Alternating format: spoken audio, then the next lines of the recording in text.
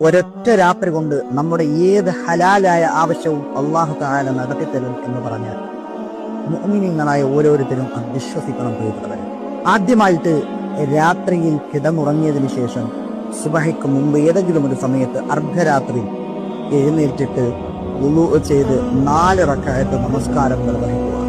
ഓരോ റക്അത്തിലും സൂറത്തുൽ ഫാത്തിഹയും അതിനുശേഷം 10 ആയത്തുൽ കുർസി വീതം ഓതുക. ഒരു റക്അത്തിൽ 10, അങ്ങനെ 4 റക്അത്തിൽ 40 ആയത്തുൽ കുർസി പാരായണം. ഈ 40 ആയത്തുൽ കുർസി ഓതിയതിനു ശേഷം നമസ്കാരം പൂർത്തീകരിക്കുക. നമസ്കാരം സാധാരണ റുക്കൂ സുജൂദൊക്കെ ചെയ്ത് നമസ്കാരം പൂർത്തീകരിക്കണമല്ലോ. അങ്ങനെ സാധാരണ നിസ്കാരം പൂർത്തിയാക്കിയതിനു ശേഷം ദുആ ചെയ്യുക. എന്താണ് നമ്മുടെ ആവശ്യം അള്ളാഹുവിനോട് പറയുക. കാര്യം ഒന്നാമത്തെ കാര്യം, ആ സമയം വല്ലാത്ത ശ്രേഷ്ഠത നിറഞ്ഞ സമയമാണ്. അതുപോലെ തന്നെ രണ്ടാമത്തെ കാര്യം ആയത്തുൽ കുർസിയാ പാരായണം ചെയ്യും. 40 ആയത്തുൽ കുർസി. അള്ളാഹു ഉറപ്പായും ആ സമയത്ത് നമ്മൾ എന്ത് ചോദിച്ചാലും തരും എന്നുള്ളതാണ്.